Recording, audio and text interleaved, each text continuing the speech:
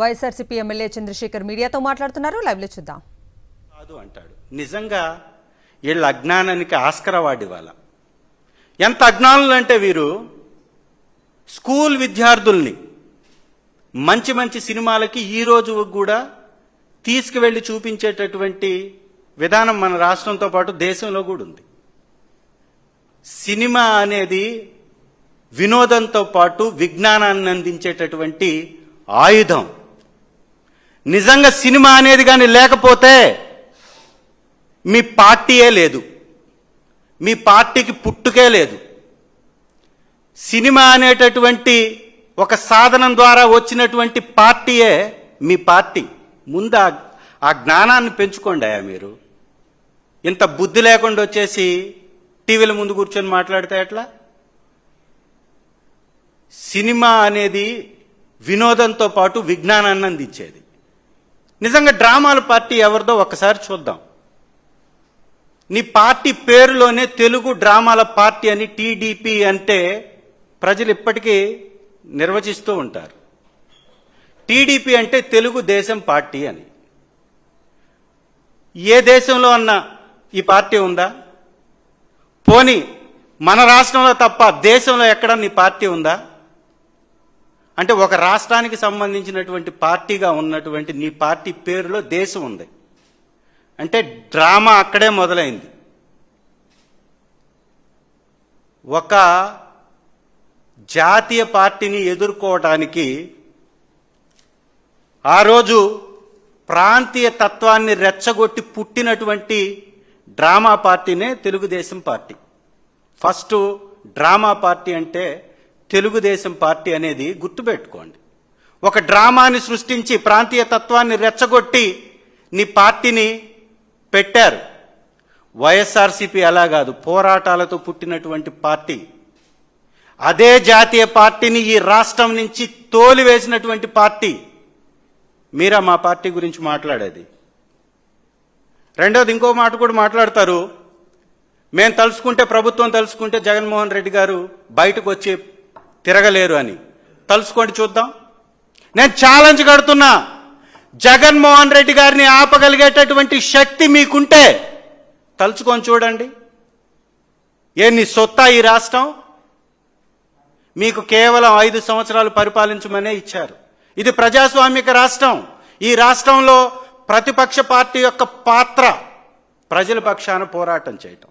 ఈరోజు పోరాటం చేస్తుంది ఎవరయ్యా అంటే వైఎస్ఆర్ కాంగ్రెస్ పార్టీ. ప్రజల పక్షాన నిలబడుతుంది ఎవరయ్యా అంటే వైఎస్ఆర్ కాంగ్రెస్ పార్టీ.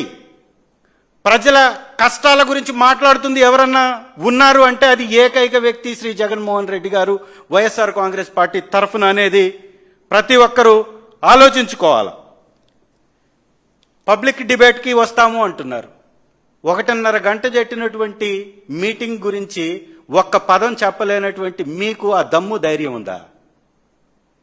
ఒక్కటంటే ఒక్కటి చెప్పలేనటువంటి మీ బతుకులకి నిజంగా ఈరోజు మీ ప్రభుత్వంపై ఈ ఒక్క సంవత్సరంలో పెరిగినటువంటి ఈ అసంతృప్తిని కంట్రోల్ చేసుకోలేనటువంటి మీరు వైఎస్ఆర్ కాంగ్రెస్ పార్టీ అధికారంలోకి రాదు అని పగటి కలలు కంటున్నారు. గుర్తుపెట్టుకోవాలి. ఒక్క సంవత్సరంలోనే మీ పార్టీని చీత్కరించుకుంటున్నారు ప్రజలు. మీ నాయకుడికి ఎక్కడికి పోయినా ఆదరణ కరువైంది. మీరు తొలి అడుగని ప్రవేశపెట్టినటువంటి మొదటి తప్పటడుగు గ్రామాలలోకి మీ నాయకుల్ని రాకుండా తరుముకుంటున్నటువంటి పరిస్థితి కనపడుతుంది. 1,75,000 కోట్ల రూపాయలు అప్పు చేసినటువంటి చంద్రబాబు నాయుడు గారు ఈ రోజుకి ఒక్కటంటే ఒక కొత్త పథకాన్ని ప్రవేశపెట్టకపోగా ఒక్కటంటే ఒక్క కొత్త ఉద్యోగాన్ని ఇవ్వలేకపోయాడు. ఒక్కటంటే ఒక్క పరిశ్రమను తీసుకురాలేకపోయాడు. ఇవాళ విశాఖపట్నంలో లూలు కంపెనీకి అడ్డగోలుగా అప్పనంగా రూపాయికి కట్టబెట్టినటువంటి ఆ స్థలం యొక్క విలువెంత? మేము ఇచ్చాం ఇనార్బిట్ మాల్కి. అద్భుతమైనటువంటి నిర్మాణం విశాఖపట్నం నడిబొడ్డులో అద్భుతమైనటువంటి నిర్మాణం ఇనార్బిట్ మాల్ జరుగుతుంది. 8,000 మందికి పైగా దానిలో ఉద్యోగాలు కల్పించబడబోతున్నాయి. ఇది విజన్ అంటే. విషపు రాతలకి విజన్ అనే స్టిక్కర్లు అతికించడం కాదు. అస్త్రాలుగా మీ యొక్క తెలుగు దేశం పార్టీ యొక్క మీడియా ఛానల్స్ ఉన్నాయి, పత్రికలు ఉన్నాయని పిచ్చి రాతలు రాసి విజన్ అనే స్టిక్కర్స్ పెట్టుకొని 40 సంవత్సరాల నుంచి ఊరేగినట్టు ఇప్పుడు ఊరేగుతామంటే కుదరదు. ఇప్పుడున్నది వైఎస్ఆర్ కాంగ్రెస్ పార్టీ. మీ అబద్ధాలని ఎత్తి చూపుతూనే ఉంటాం, మీ అసత్యాలని ఎత్తి చూపుతూనే ఉంటాం, మీ ఫెయిల్యూర్స్ని ఎత్తి చూపుతూనే ఉంటాం. మీరు ప్రజలకు ఇచ్చినటువంటి పథకాలు ఇవ్వకపోతే మీ మెడలు వంచి పథకాలు ఇచ్చేటట్లు చేస్తాం. ఇది మా బాధ్యత, మేము తీసుకున్నాం. ప్రజల వైపున ఖచ్చితంగా పోరాటం చేస్తాం. వైఎస్ఆర్ కాంగ్రెస్ పార్టీని మాట్లాడడానికి సిగ్గుండాలి మీకు. 3 సార్లు ముఖ్యమంత్రిగా చేసినటువంటి వ్యక్తి మన అమరావతి అనేటటువంటి పేరు చెప్పి బతికేస్తున్నాడు. 6 సంవత్సరాలు అయిందా ఈ రోజుకి అమరావతి అనేటటువంటి పేరు చెప్పి పరిపాలించడం మొదలుపెట్టి చంద్రబాబు నాయుడు గారు 6 సంవత్సరాలు కంప్లీట్ చేసుకున్నారు. అమరావతిలో ఏం చేశారా మీరు? ఒక్క అభివృద్ధి కార్యక్రమం జరిగిందా? చిట్ట చివరికి కేంద్రం నుంచి వచ్చినటువంటి నిధులను కూడా మీరు డైవర్ట్ చేశారని, అమరావతికి కేటాయించినటువంటి నిధులను కూడా కేంద్రం ఇవ్వకపోతే ఇవాళ జోలి పట్టుకోవడానికి మళ్ళీ వెళ్ళాడు. అమరావతిలో ఒక నిర్మాణం కనపడుతుందా? సంవత్సరంలో కంప్లీట్ చేస్తానన్నటువంటి పోలవరం కంప్లీట్ అయిందా? వెలుగొండ ప్రాజెక్ట్ కేవలం 5,000 కోట్లు ఇస్తే కంప్లీట్ అయ్యే వెలుగొండ ప్రాజెక్టుకి 250 కోట్లు ఇచ్చి ప్రకాశం జిల్లా ప్రజల జీవితాలపై దెబ్బ కొట్టింది వాస్తవం కాదా? వ్యవసాయం దండగానేటటువంటి చంద్రబాబు గారి మాటల్ని నిజం చేస్తూ పరిపాలన మీరు సాగిస్తుంది వాస్తవం కాదా? వ్యవసాయానికి మీరు మద్దతు ధర లేకుండా పొగాకు, పత్తి, మినుము, పెసర,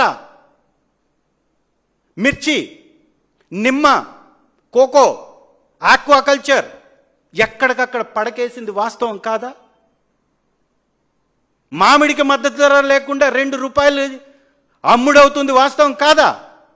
వీటన్నిటికీ సమాధానం చెప్పలేనటువంటి వీళ్ళు జగన్మోహన్ రెడ్డి గారిని తిట్టడానికి పరమానంద శిష్యులందరూ స్టేజ్ మీదకి వచ్చేసి నటించి వెళ్ళిపోతారు.